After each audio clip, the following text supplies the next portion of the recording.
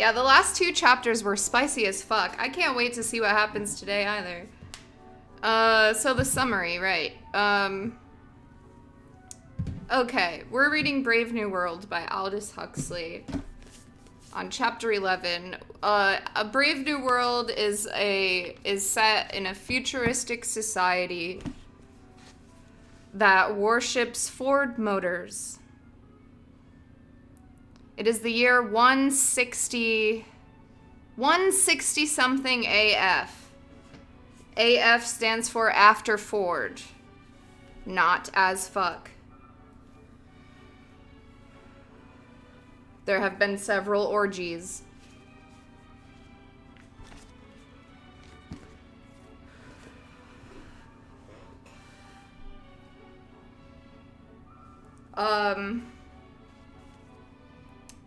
Most of the book has revolved around a few characters who work at the DHC, the London Department of Hatcheries and Conditioning.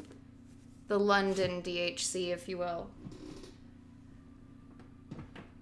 Pretty much all of the characters work at the DHC.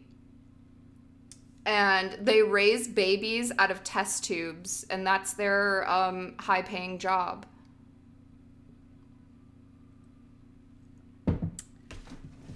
They live in a caste system with the very intelligent and very attractive at the top, and the very unattractive and very stupid at the bottom.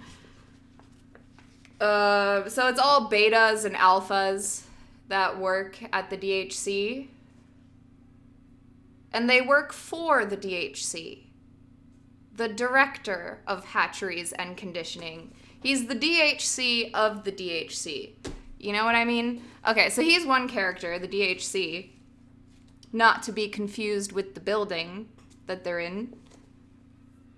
And then there's like 2 more important characters. One of them is Bernard Marks. He's an Alpha Plus who works in the DHC for the DHC. And then there's Lenina. She's an Alpha. No plus. And she works at the DHC for the DHC. And Bernard has a crush on Lenina. And Lenina has a crush on Bernard. And Bernard's kind of a weird fellow. People think that he was fed alcohol in his blood surrogate before he was born. I mean, before he was decanted from his test tube. But Bernard hates this society, and he hates the way that Lenina gets treated by men. Because in this society, everybody belongs to everybody else. And Bernard, he's pretty smart, you know, but he's also kind of like a whiner. He doesn't have many friends. But Lenina finds him quirky, and she likes him. And they went on a date to a savage reservation.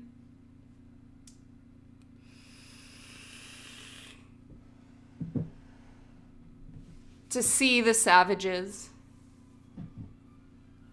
A savage reservation in New Mexico. A savage reservation is it's surrounded by an electric fence, so don't worry, they're not getting out. And the savages live there, you know, whatever they do, eating dirt or whatever. And they went on a date to go see the sights. And while they were there, they met a person who is a savage, and his name is John. And as it turns out, John, the savage, is the son of the DHC. Not from the test tubes DHC. We're talking about the testes DHC. He was born from the DHC's testes, not the test tubes. completely on accident. And Bernard and Lenina accidentally find the son of the DHC in the Savage Reservation. It's not what it sounds like.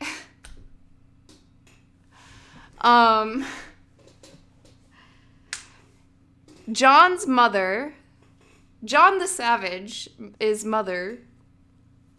Her name is Linda. And she is from the other world. She is not from the reservation. She actually, like 20 years ago, she went on a date.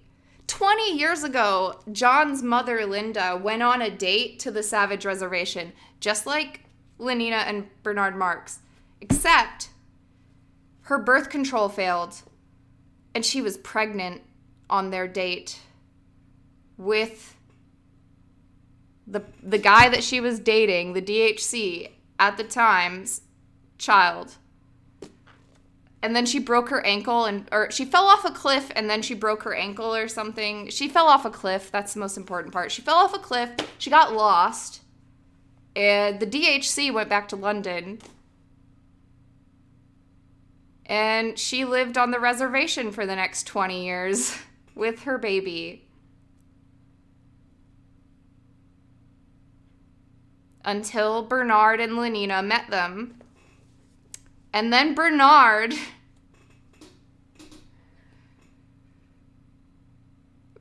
brought them back to London. Bernard immediately called the fucking president, and he was like, hey, dude, I found out something really interesting. And then he brought back John and his mother to the other world, which John called the Brave New World in chapter 8. And then John met his father. It was really awkward.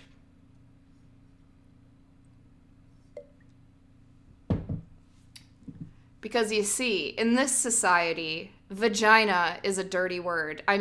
Mother. A mother is a dirty word in this society. So when John came back, he was like, Linda came back, and she was like, oh, Tomakin. Tomakin is the DHC's name. I'm old now. And she breasted boobily. And she was like, oh, Tomakin, I thought I'd never see you again. This is your son. And then the DHC had a stroke. And everybody laughed.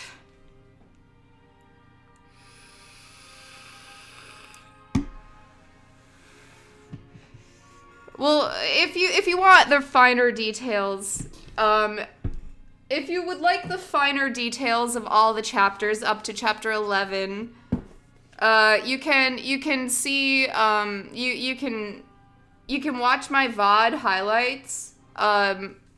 We have playlists of all of the previous chapters in a row. Right there in my Twitch collections. Thank you, Uga. We have all the previous chapters in the Twitch collections. So now it's time to find out if he will pay the bill for child support. Where do the orgies fit in all of this? In the background. And there were orgies in the background.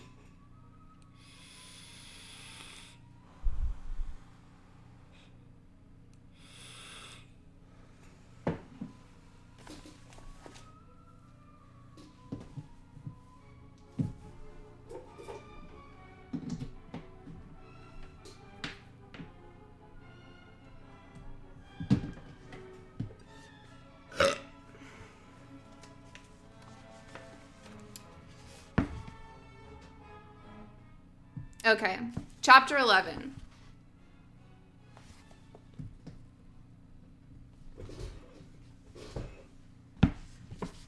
After the scene in the fertilizing room, All upper caste London was wild to see this delicious creature who had fallen on his knees before the director of hatcheries and conditioning, or rather the ex-director, for the poor man had resigned immediately afterwards and never set foot inside the center again, had flopped down and called him, the joke was almost too good to be true, my father.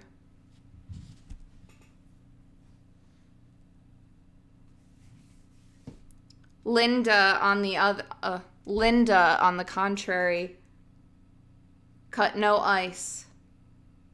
Nobody had the smallest desire to see Linda. Moreover, she wasn't a real savage. Had been hatched out of a bottle and conditioned like anyone else. So she couldn't really have quaint ideas. Finally, and this was by far the strongest reason for people's not wanting to see Linda. Poor Linda. There was her appearance.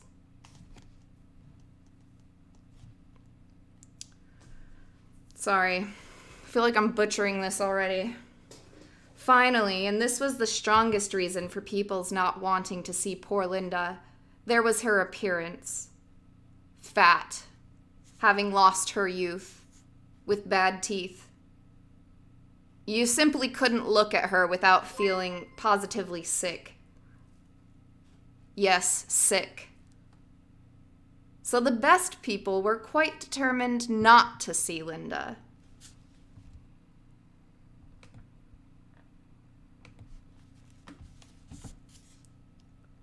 And Linda, for her part, had no desire to see them.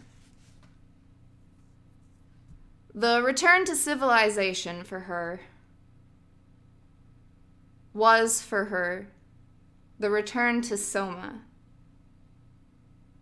Was the possibility of lying in bed and taking holiday after holiday without ever having to come back to a headache or a fit of vomiting. Without ever being made to feel as you always felt after Peyote. As though you'd oh my God, help me. Eagle Jesus, help me.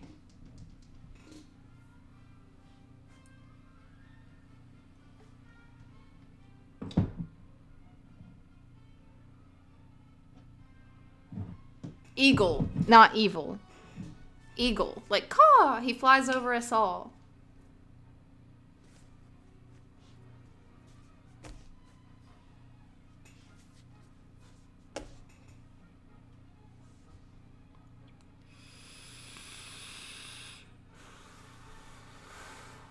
Thank you.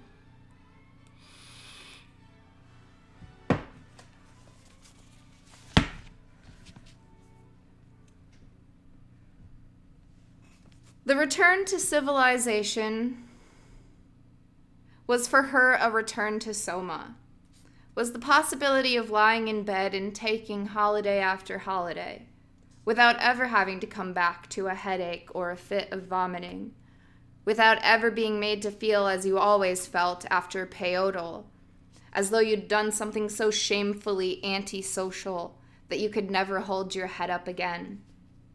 Soma played none of these unpleasant tricks. The holiday that it gave was perfect, and if the morning after was disagreeable, it was so, not intrinsically, but only by comparison with the joys of the holiday. The remedy was to make the holiday continuous. Greedily, she clamored for ever larger, ever more frequent doses. Dr. Shaw at first demurred, then let her have what she wanted. She took as much as 20 grams a day. Which will finish her off in a month or two, the doctor confided to Bernard. One day, the respiratory center will be paralyzed. No more breathing. Finished. And a good thing, too. If we could rejuvenate, of course it would be different. But we can't. Surprisingly, as everyone thought. For on Soma holiday, Linda raised no objections. Oh, god damn it. That will finish her off in a month or two, the doctor confided to Bernard. One day the respiratory center will be paralyzed, no more breathing, finished, and a good thing, too. If we could rejuvenate, of course it would be different, but we can't. Surprisingly, as everyone thought, for on Soma holiday, Linda was most conveniently out of the way. John raised objections. But aren't you shortening her life by giving her so much? In one sense, yes, Dr. Shaw admitted. But in another, we're actually lengthening it. The young man stared, uncomprehending. Soma may make you lose a few years in time, the doctor went on. But think of the enormous, immeasurable durations it can give you out of time. Every Soma holiday is a bit of what our ancestors used to call eternity.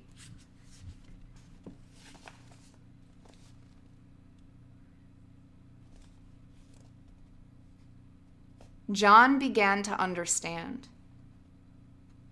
Eternity was in our lips and eyes, he murmured. Okay, I actually like this note that our friend has left. John began to understand. Eternity was in our lips and eyes, he murmured. John quotes Shakespeare like Bernard quotes Hypnopedia. That's probably the best note in the whole book. And I wouldn't have realized that, honestly, if this random person hadn't written that in there. He does quote Shakespeare. John loves Shakespeare because when he was in the Savage Reservation, somebody brought him like a Shakespeare book that they found because they knew that he liked reading. And before that, he could only read like this instructional manual that his mom had in her backpack when she got lost. So all John had ever read before was like literally an owner's manual for how to do Linda's job before she got lost. And then finally somebody in the tribe brought him Shakespeare that they had found in the ruins of something, I don't know. So John loves Shakespeare. It's one of his favorite books out of the two books. And Bernard is always quoting the Hypnopedia, which is the brainwashing that they do to the children who are born out of test tubes.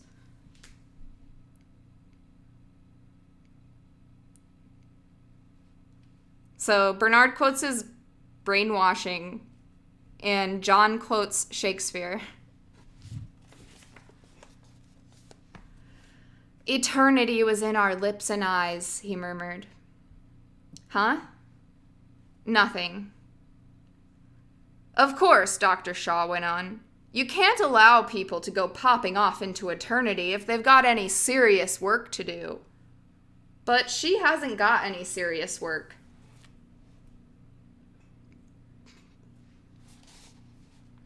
All the same, John persisted, I don't believe it's right. The doctor shrugged his shoulders. Well, of course, if you prefer to have her screaming and mad all the time. In the end, John was forced to give in. Linda got her Soma. Thenceforward, she remained in her little room on the 37th floor of Bernard's apartment house, in bed with the radio and television always on, and the patchouli tap just dripping. and the Soma tablets in reach of her hand. There she remained, and yet wasn't all there, was all the time away, infinitely far away, on holiday in some other world, where the music of the radio was a labyrinth of sonorous sounds, sonorous colors, where the dancing images of the television box were the performers in some indescribably delicious, all-singing feelie, where the dripping patchouli was more than scent, was the sun, a million saxophones, was Pope making love, only much more so, incomparably more, and without end. No, we can't rejuvenate, but I'm very glad, Dr. Shaw had concluded. I'm very glad to have had this opportunity to see an example of senility in a human being. Thank you so much for calling me in. He shook Bernard warmly by the hand.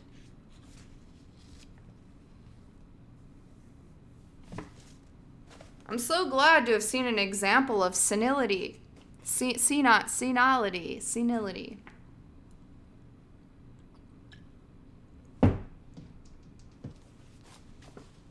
Linda was senile. It was John, then, that they were all after.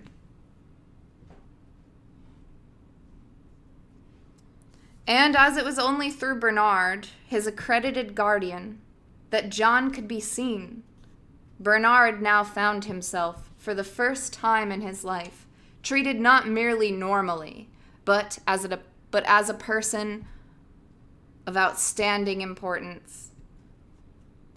There was no talk of the alcohol in his blood surrogate, no gibs at his personal appearance.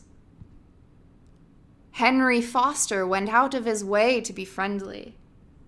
Benito Hoover made him a present of 6 packets of sex hormone chewing gum. The assistant predestinator came out and cadged almost abjectly for an invitation to one of Bernard's evening parties. As for the women, Bernard had only to hint at the possibility of an invitation, and he could have whichever of them he liked. Bernard's asked me to meet the savage next Wednesday.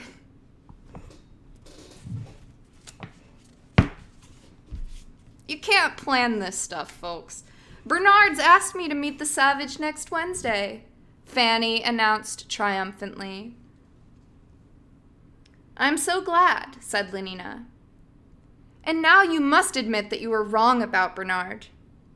Don't you think he's really rather sweet? Fanny nodded. And I must say, she said, I was quite agreeably surprised. The chief bottler, the director of predestination, 3 deputy assistant fertilizer generals, the professor of feelies in the College of Emotional Engineering, the dean of Westminster Community Singery, the supervisor of Bacchanalification. The list of Bernard's notabilities was interminable. And I had 6 girls last week, he confided to Helmholtz Watson. 1 on Monday, 2 on Tuesday, 2 more on Friday, and 1 on Saturday. And if I'd had the time or the inclination, there were at least a dozen more who were only too anxious.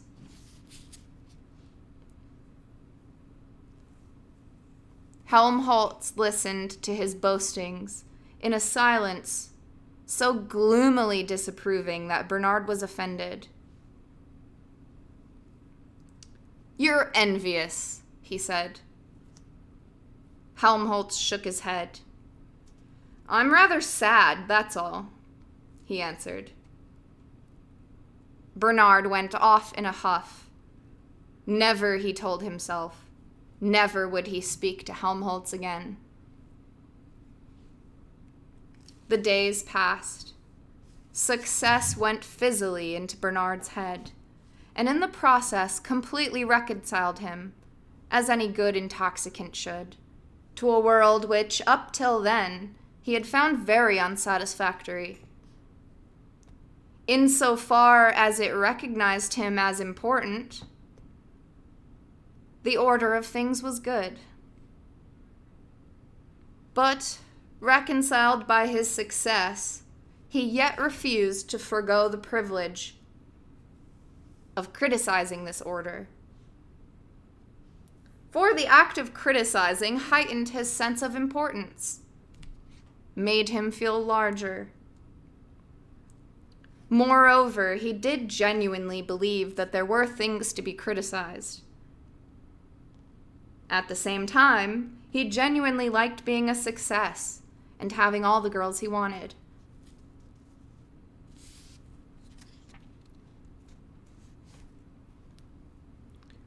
Before those who now, for the sake of the savage, paid their court to him, Bernard would parade uncarping. Oh my God. Before those who now, for the sake of the savage, paid their court to him, Bernard would parade carping unorthodoxy. He was politely listened to, but behind his back people shook their heads. That young man will come to a bad end, they said, prophesying the more confidently in that they themselves would in due course personally see to it. Oh my God. Dude, Aldous Huxley, can you fucking stop writing this way?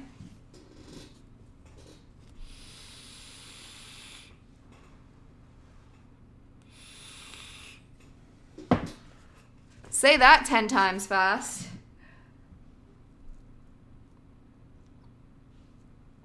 Before those who now, for the sake of the savage, paid their court to him, Bernard would parade, before them, he would parade a carping unorthodoxy.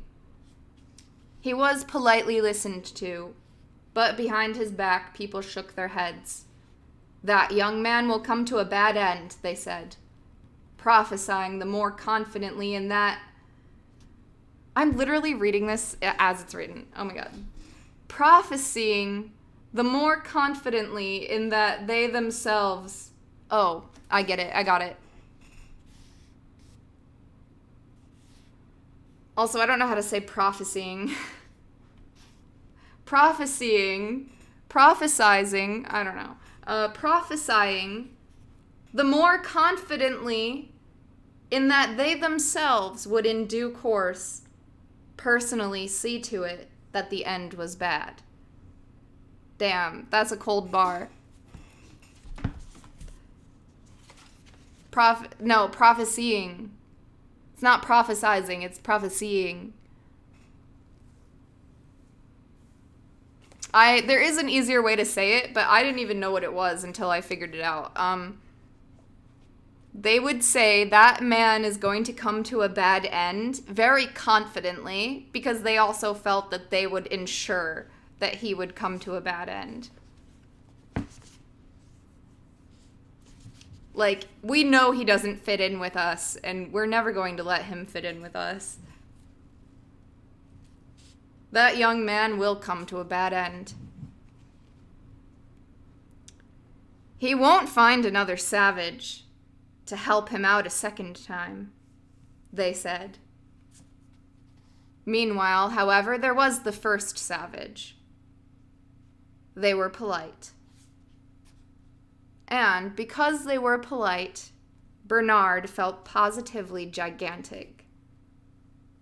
Gigantic, and at the same time light with elation. Lighter than air.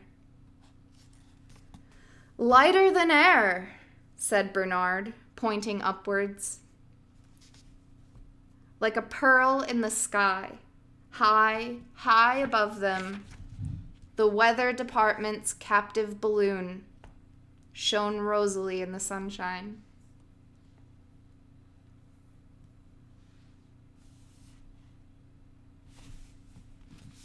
A weather balloon. Bro's on an ego trip.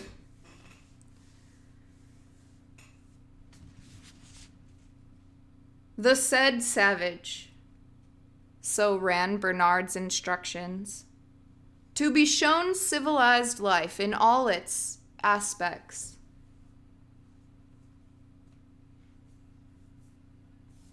The savage is to be shown civilized life in all its aspects, so ran Bernard's instructions. He was being shown a bird's eye view of it at present. A bird's eye view from the platform of the Carrington Tower.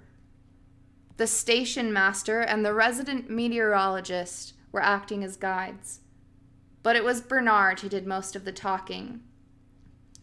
Intoxicated, he was behaving as though, at the very least, he were a visiting world controller. Oh my God, this is so hard. Thank you for listening. He was being shown a bird's eye view, but it was Bernard who did most of the talking. Intoxicated, he was behaving as though, at the very least, he were a visiting world controller. Lighter than air. The Bombay green rocket dropped out of the sky. The passengers alighted.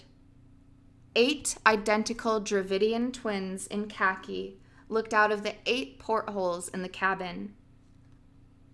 The stewards. 1,250 kilometers an hour, said the station master impressively. What do you think of that, Mr. Savage? John thought it very nice.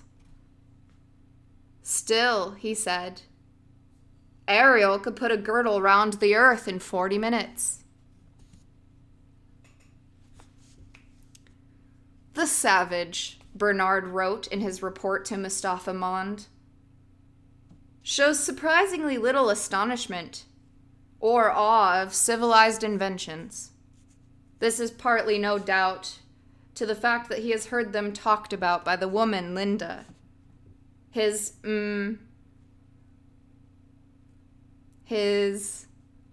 Mustafa Mond frowned. Does the fool think I'm too squirmish to see the word written out at full length? Partly on his interest being focused on what he calls the soul, which he persists in regarding as an entity independent of the physical environment. Whereas I tried to point out to him, the controller skipped the next sentence and was just about to turn the page in search of something more interestingly concrete when his eye was caught by a series of quite extraordinary phrases. Though I must admit, he read, that I agree with the Savage in finding civilized infantility too easy. Or, as he put it, not expensive enough. And I would like to take this opportunity of drawing your Fordship's attention to Mustafa Mond's anger gave place almost at once to mirth.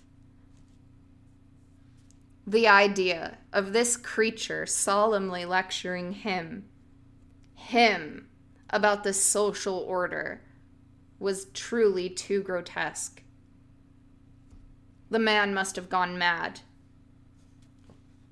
I ought to give him a lesson, he said to himself, then threw his head back and laughed out loud.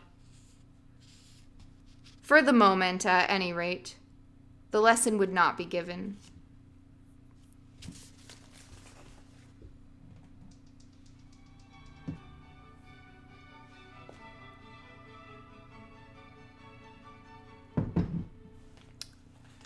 Dude 22, thank you for 43 months. Yeah, you're pushing the limits, Bernard. Actually, I agree with the Savage. We are a bit silly, aren't we?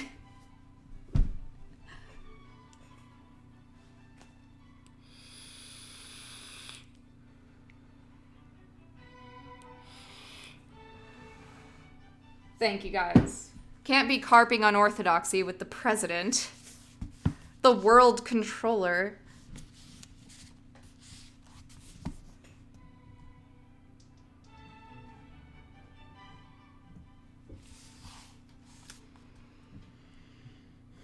It was a small factory of lighting sets for helicopters, a branch of the Electrical Equipment Corporation. They were met on the roof itself, for that circular letter of recommendation from the controller was magical in its effects, by the chief technician and the human element manager. They walked downstairs into the factory. Each process, explained the human element manager, is carried out, so far as possible, by a single Bakhanovsky group. And, in effect, 83 almost noseless black brachycephalic deltas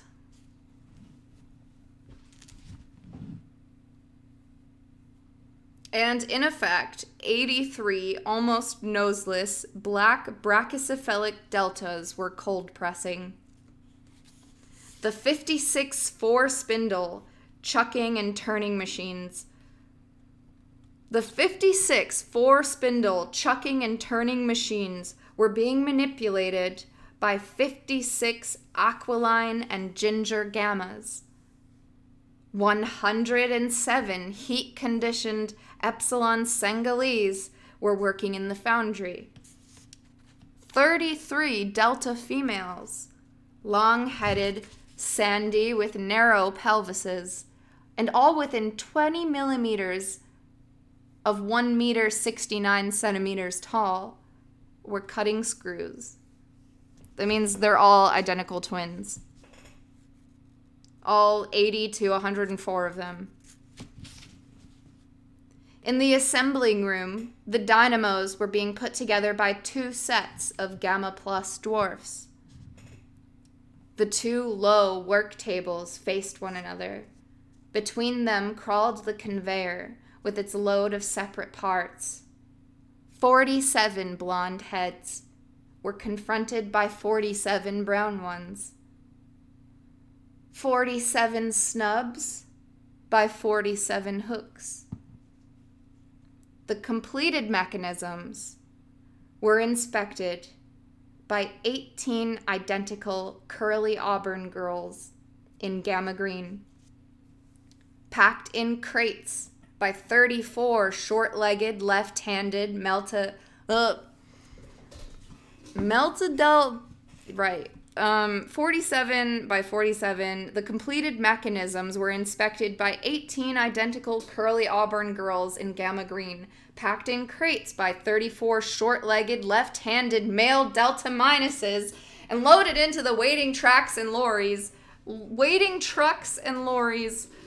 by 63 blue-eyed, flaxen, and freckled epsilon semi-morons.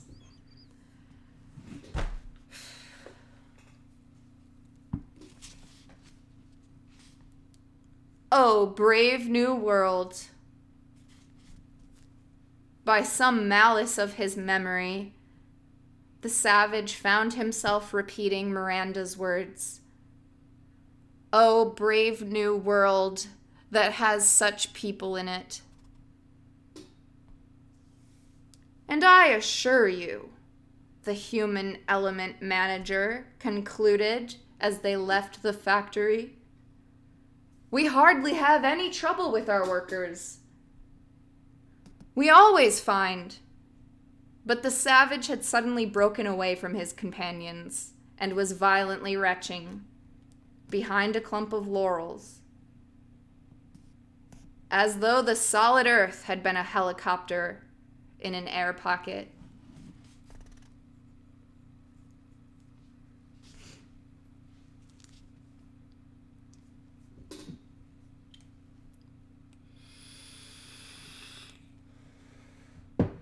The savage, wrote Bernard, refuses to take Soma, and seems much distressed because the woman Linda,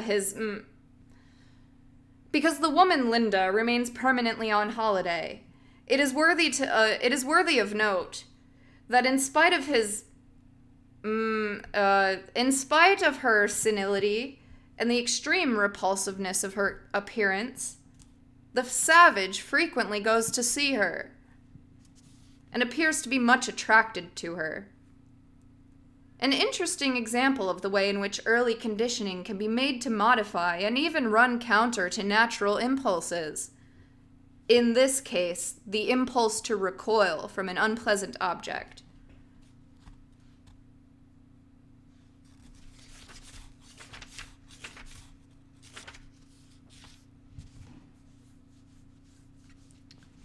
At Eton, they alighted on the roof of Upper School. On the opposite side of the schoolyard, the 52 stories of Lupton's Tower gleamed white in the sunshine. College on their left, and on their right, the school community singery reared their venerable piles of ferro-concrete and vitaglass.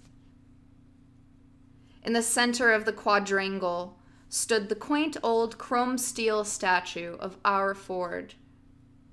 Dr. Gaffney, the provost, and Miss Keat, the headmistress, received them as they stepped out of the plane. "Do you have many twins here?" the savage asked, rather apprehensively, as they set out on their tour of inspection. "Oh no," the provost answered. "Eton is reserved exclusively for upper caste girls and boys. 1 egg, 1 adult. It makes education more difficult, of course. But as they'll be called upon to take responsibilities and deal with unexpected emergencies, it can't be helped," he sighed. Bernard, meanwhile, had taken a strong fancy to Miss Keat. "If you're free any Monday, Wednesday, or Friday evening," he was saying, jerking his thumb towards the savage. "He's curious, you know," Bernard added. "Quaint." Miss Keat smiled, and her smile was really charming, he thought. Said thank you. Would be delighted to come to one of his parties. The provost opened a door. 5 minutes in, that Alpha Double Plus class. 5 minutes in. Oh my God. 5 minutes in that 5 minutes in that Alpha Double Plus classroom left John a trifle bewildered. "What is elementary relativity?" he whispered to Bernard. Bernard tried to explain, then thought better of it, and suggested that they should go to some other classroom. From behind a door in the corridor leading to the Beta- geography room, a ringing soprano voice called, 1, 2, 3, 4, and then with a weary impatience, "As you were." "Malthusian drill," explained the headmistress. "Most of our girls are free martins, of course. I'm a free martin myself," she smiled at Bernard.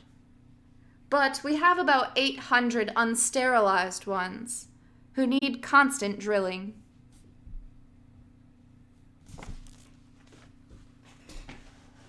I have to pee. I'll be right back.